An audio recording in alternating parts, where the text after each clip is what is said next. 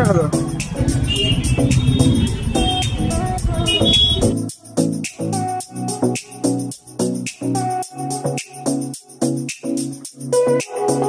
Hey guys, তোমাদেরকে welcome জানাই আমার লাইফের ফার্স্ট ব্লগে, মোটো ব্লগ। আর যেটা আমি করতে চলছি কলকাতা টু বকখালি, আর যেখানে আমার প্লেয়ার হিসাবে থাকবে প্রিয়াঙ্কা। তো বকখালিতে নাইট স্টে করবো না, নাইট করবো হচ্ছে ওর মাসির বাড়িতে। ওর মাসির বাড়িটা হচ্ছে গাব্বেরে, যার ডিস্টেন্স হচ্ছে আমার বাড়ি থেকে অ্যাপ্রক্সিমেট 100 কিলোমিটার। আর ওইখান থেকে বকখালির ডিস্টেন্স হচ্ছে অ্যাপ্রক্সিমেট 70 to 75 কিলোমিটার। তো এই লং ট্রিপে অনেক ভুল ত্রুটি হতেই পারে অ্যাজ এ ফার্স্ট ব্লগ হিসাবে আমার।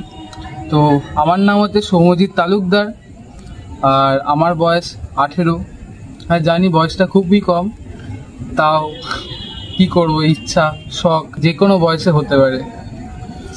তো এই ইচ্ছা শখ নিয়ে আমি যেতে চলছি বকখালি, এবং তোমাদের সাপোর্ট প্রয়োজন। বিকজ ইন ফিউচার আরও অনেক ভালো ভালো ভিডিও আনবো যদি তোমরা সাপোর্ট করো, এবং লাইক শেয়ার অ্যান্ড কমেন্ট, অবশ্যই সাবস্ক্রাইব করো ড্রিম ভিস্তাকে।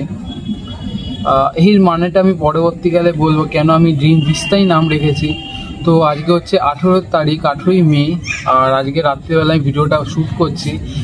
যেহেতু কালকে সকালবেলা গাড়িটাকে ওয়াশ করতে হবে, chain lube and chain clean করতে হবে, তো আজকে রাত্রেই ভিডিওটা শ্যুট করে রাখছি। আর আমার বাইকের নাম হচ্ছে N250, যার নিকনেম আমি দিয়েছি বাচ্চা। তো আমি আমার পিলিয়ান অ্যান্ড বাচ্চার সাথে যেতে চলেছি এই লং ট্রিপ। তো তোমরা সবাই সাথে থেকো, পাশে থেকো অ্যান্ড সাপোর্ট করো আমাকে, ড্রিম ভিস্তাকে, সৌম্যজিৎকে। অ্যান্ড এইটুখানি, চলো তোমাদের সাথে আবার সকালবেলা দেখা হচ্ছে। সো চেন ক্লিন তো হয়ে গেছে, সাথে সাথে গাড়ি লিউবও করেছি, সেটা ভিডিওটা বানায়নি। তো হয়ে গেছে, এবার বেরোবো ওই 5:30 6টা নাগাদ বেরোবো। তো দেখা হচ্ছে। একদম মোটো ব্লগিং সেট আপ বলতে আমার কিছুই নেই, শুধু একটা গাড়ি আছে আর একটা হেলমেট আছে, আর পেছনে টপ বক্স, স্যাডেল ব্যাগ, এদিকে ফগ লাইট, এইসব সেরকম এখনও কিছুই লাগায়নি। কারণ একটা ফোর হোন্ডা স্ট্যান্ড লাগিয়েছে, আর এটা লেগেছে, আর কিছু স্টিকারিং করেছি যখন ওই আর কি, ওটাই সেট আপ বলছি। ইন ফিউচার তোমাদের সাপোর্টে ছোটো ভাই আরও বিল্ড আপ করবে, নিজেকে অবশ্যই করবে, তবে শুধু তোমাদের সাপোর্ট লাগবে, আর কিছুই না। তো আমার গাড়ি এখন প্রপার রেডি আছে। চেনটা হালকা পাতলা ঢিলা ঢিলা লাগছে, যখন বেরোবো কোনো গাড়ির দোকান পেলে চেনটা টাইট করিয়ে নেবো। চেনে এখন হাত দেবো না, কারণ হাত পুরোটাই নোংরা হয়ে যাবে। তাও নোংরা হয়ে গেছিলো, হাত পুরো ভেজা আমার, ধুয়েছি সাবান দিয়ে, কাজ করতে হবে। আর প্ল্যানিং আছে, বেশি লাগাই দিয়ে তো লাভ নেই, বেশি কিন্তু ট্রিপ না, বিশেষ করে এক্সোর অ্যাপেক্স। আর এই আমার সেট আপ আপাতত। তো চলো, আর বাকি কিছু স্টিকার লাগিয়েছি, যেমন just ride, stay focus, success, এইসব হ্যান্ড স্টিকার লাগিয়েছি। তো চলো শুরু করা যাক আজকের ভিডিও। আমরা এখন যাচ্ছি তেল ভরাতে, কারণ ফিউল রেঞ্জ সেরকম একটা বাজাজের N250 ফিউল রেঞ্জ সেরকম দেখায় না। এই বলতে বলতে এখন ভারত পেট্রোলিয়ামে চলেও আসলাম। তো এবার এখান থেকে তেলটা ফিউল আপটা করিয়ে নেবো। ক্যাশ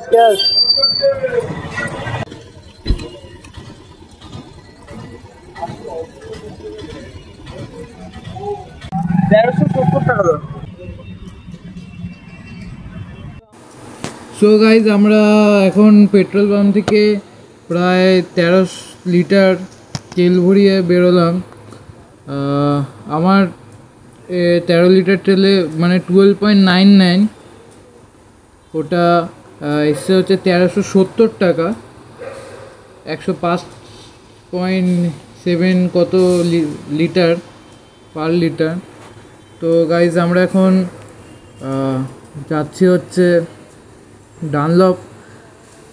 ডানলপের দিকে। দেন ডানলপ থেকে সিধা ধরবো টালা ব্রিজ ক্রস করার পর ওখান থেকে মেনলি গাইজ যেটা বলছিলাম, ডানলপ থেকে টালা থেকে ব্রিজ ক্রস করার মানে গা ঘেঁষেই বাঁদিকে একটা রাস্তা চলে গেছে। দেন ওইখান থেকে আবার ডান দিকে সোজা বেরিয়ে যাচ্ছে খিজিরপুর। খিদিরপুর হয়ে আমরা বেহালা হয়ে দেন জোকা মেট্রো স্টেশনের তলা দিয়ে রাস্তা চলে যাচ্ছে। সে ওই রাস্তা ধরে সিধা বেরিয়ে গেলে একদম ডায়মন্ড হারবার। আমরা এখন মেনলি এখন কোনো আপাতত রেস্ট নিচ্ছি না, যেহেতু একটা ড্রিঙ্কস ব্রেক নিয়েছি, তাই প্ল্যান করেছি। আর রাস্তায় যে লেভেলের জ্যাম থাকবে আশা করি, বিকজ ওই সব দিকে বীভৎস জ্যাম হয়। জ্যাম যত না হবে ততই ভালো। আশা করি জ্যাম হবে না, বাট যাই হোক। তো সিধা রোড ধরে আমরা সিধা বেরিয়ে যাব ডায়মন্ড হারবারের দিকে। দিন ডায়মন্ড হারবার থেকে আরও 10-12 কিলোমিটার বাদ গাব্বের। দেন গাব্বেরে ওর মাসির বাড়ি আজকে রাত কাটাবো। তো গাইজ, কপালটা খুব খারাপ। আমরা এখন খিদিরপুর রোড ধরে যাচ্ছি, মানে ময়দানের পাশ দিয়ে যে সিধা রাস্তাটা বেরিয়ে গেছে ওই রাস্তা ধরে যাবো। বাট ওই রাস্তা পৌঁছানোর আগেই যে লেভেলের জ্যাম ফেস করতে হচ্ছে এখন। ক্যামেরা অ্যাঙ্গেলটা একটু ভুল লাগানো আছে মেবি, তাই হয়তো ফ্রন্ট ভিউ হয়তো কিছু আসছে না। জ্যাম থেকে ছাড়া পেলেই চেষ্টা করবো ওটা ঠিক করে দেওয়ার। বাট যে লেভেলের বীভৎস জ্যাম, পৌঁছাতে প্রায় 11টা, 10:30, 11টা হয়ে যেতেই পারে, কোনো সন্দেহ নেই। তো আপাতত এই জ্যামটা ক্রস করে দিন, তোমাদের সাথে আবার কথা হচ্ছে। বন্ধুরা, মানে অনেকটা পথ প্রায় চলে এসেছে, কিন্তু এখনও আরও 31 কিলোমিটার দেখা যায় ডায়মন্ড হারবারের দিকে। 1 ঘন্টা 4 মিনিট দেখাচ্ছে, বাট আমি জানি সেই 1 ঘন্টা 4 মিনিটে পৌঁছানো সম্ভব নয়। মিনিমাম 1.5 থেকে 1 ঘন্টা তো লাগবেই, কারণ রাস্তায় যে লেভেলের ডাইভারশন আর যে লেভেলের ট্রাফিক, আমরা জোকা তারপর ওইসব জায়গা হয়ে এসেছি, ওইসব জায়গাতে নিয়ে এসছে ম্যাপ আমাদের। যা লেভেলের জ্যাম, যে লেভেলের ভিডিও মানে করা তো সম্ভবই না, তার মধ্যে অতিরিক্ত গরম, তার মধ্যে আমি এক হাতে গ্লাভস তুলে নিয়েছি, দেখতে পাচ্ছি।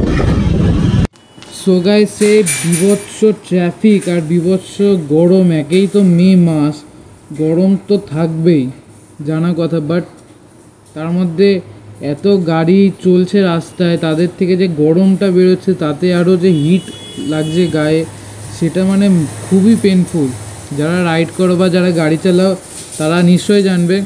তো অ্যাট দি এন্ড আমরা ডায়মন্ড হারবার রোডে উঠে গেছি। আর একটু দাঁড়িয়ে আমার ক্যামেরা অ্যাঙ্গেলটাও চেঞ্জ করে নিচ্ছি, বিকজ যেহেতু আমি ফোনে ভিডিও করছি আর ওয়াইড অ্যাঙ্গেলে ভিডিওটা করতে পারছি না, বিকজ আমার ফোনের লেন্সটা ভেঙে গেছে, হাত থেকে পড়ে ফোন, কি বলবো। তো ওরা সাপোর্ট দেখাও, একটা নতুন ভালো ক্যামেরা কিনে নেবো, অ্যাকশন ক্যামেরা। শুধু ভাই তোমাদের সাপোর্ট লাগবে, যাই হোক। তো এটা হচ্ছে ডায়মন্ড হারবার রোড, আর এটা ধরে আমরা এখন ডায়মন্ড হারবার যাব। দেন ওখান থেকে আরও বলেইছি গাব্বের যেতে হবে আরও 10-12 কিলোমিটার ওখান থেকে। সো দেখা যাক কতক্ষণ টাইম লাগে। তো তোমরা ততক্ষণ ভিডিওটাকে উপভোগ করো এবং সাপোর্ট করো, আর সাবস্ক্রাইব করো ড্রিম ভিস্তাকে। Love you guys.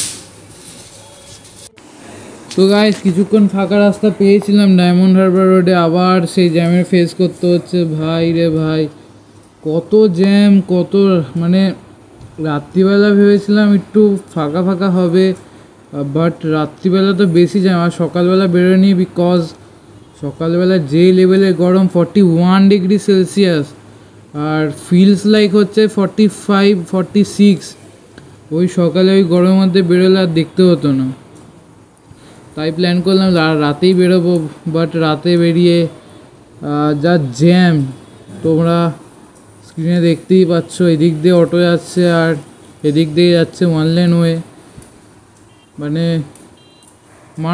মারাত্মক জ্যাম। আর তখন থেকে মাত্র 2বার ব্রেক নিয়েছি, তাও বেশি করে না, 5 থেকে 6 মিনিটের জন্য। আর সামান্য জল খেয়েছি, সেমন কিছু ভারী কিছু খাবারও খাইনি, কজ তাড়াতাড়ি যেতে হবে। আর ওই দিককার পরিবেশ খুবই ভালো, বাট রাস্তাঘাট খুবই খুবই নির্ঝুম। তো সেই রিস্কটা নিয়ে কোনো লাভ নেই, যতই বাইকে থাকো না থাকো গাড়িতে থাকো, বাট রিস্ক নিয়ে কোনো লাভ নেই। কারণ অন্ধকার জায়গা, নির্জন জায়গায় যখন যা কিছু হয়ে যেতে পারে। তো এটাই চেষ্টা করব যত তাড়াতাড়ি সম্ভব তত তাড়াতাড়ি গাব্বের মানে ওর মাসির বাড়িতে যাওয়া যায়। তো ওখানে গিয়ে আর আজকে নাইটটা স্টে করব। আজকে আর কোনো ভিডিও বানাবো না, রাত্রে গিয়ে খেয়ে দিয়ে ঘুমিয়ে পড়বো। কালকে সকালে তাড়াতাড়ি উঠে আমাদের বকখালির উদ্দেশ্যে রওনা দিতে হবে। তো ফাইনালি এতক্ষণ বাদ ডায়মন্ড হারবার রোডে এত জ্যাম ক্রস করে ফাইনালি সুন্দর মানে এই রাস্তাটা এতটাই সুন্দর না, পুরো মাখনের মতো রাস্তা। তোমরা যদি এই রাস্তাতে নিশ্চয়ই গেছো, বাট তাও বলদি খুবই সুন্দর, একদম পুরো মাখনের মতো রাস্তা। তো আমরা এখন মোল্লার চক মধুসূদনপুর এখন মানে মারাত্মক মানে পুরো নির্জন যাকে বলে, কোনো লোক নেই, জন নেই, পুরো মানে এখন তবে ক্যামেরায় অনেক ঝাঁকুনি আছে, কিছু হয়তো স্পষ্ট করে নাও বুঝতে পারো, তো এর জন্য ক্ষমা করে দিও। বাট বাইকটা এখন স্লো করলাম, জাস্ট আমি দেখাচ্ছি। সামনে দিয়ে একটা গাড়ি আসছে, বাট কিছুক্ষণ আগে পর্যন্ত কোনো গাড়ি ছিল না। ফোনটা ঢুকিয়ে রেখেছি কারণ বৃষ্টি হচ্ছে বলে, বিকজ এই ফোনে করছি, ভিডিওটা শ্যুট করছি।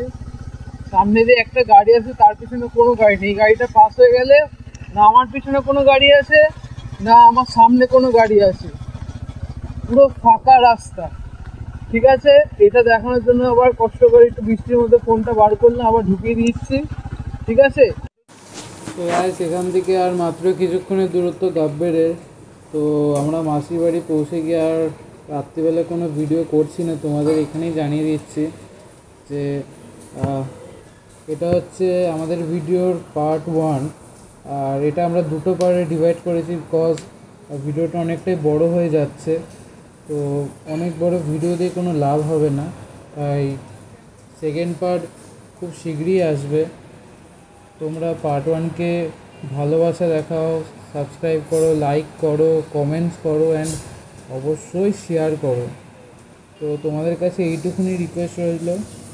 আর পরের ব্লগে আমরা সকালবেলা উঠে তোমাদের সাথে দেখা করে দেন ড্রেস আপ করে বাইকে চড়ে দেন বকখালি যাব, সেই ব্লগটা তোমাদের সাথে শেয়ার করব পার্ট 2তে। তো পার্ট 2 দেখার জন্য প্লিজ ড্রিম ভিস্তাকে সাবস্ক্রাইব করে নাও, যাদের পার্ট 2 এর ভিডিও নোটিফিকেশান সবার আগে তোমাদের কাছে পৌঁছতে পারে। এবং এই ছোট্ট ব্লগটাকে, এই ছোট্ট ট্রিপটাকে এবং ড্রিম ভিস্তা অ্যান্ড সৌম্যজিৎকে প্লিজ সাপোর্ট করো, ইন ফিউচার তারও ভালো ভালো ভিডিও আনতে পারে। So stay tuned.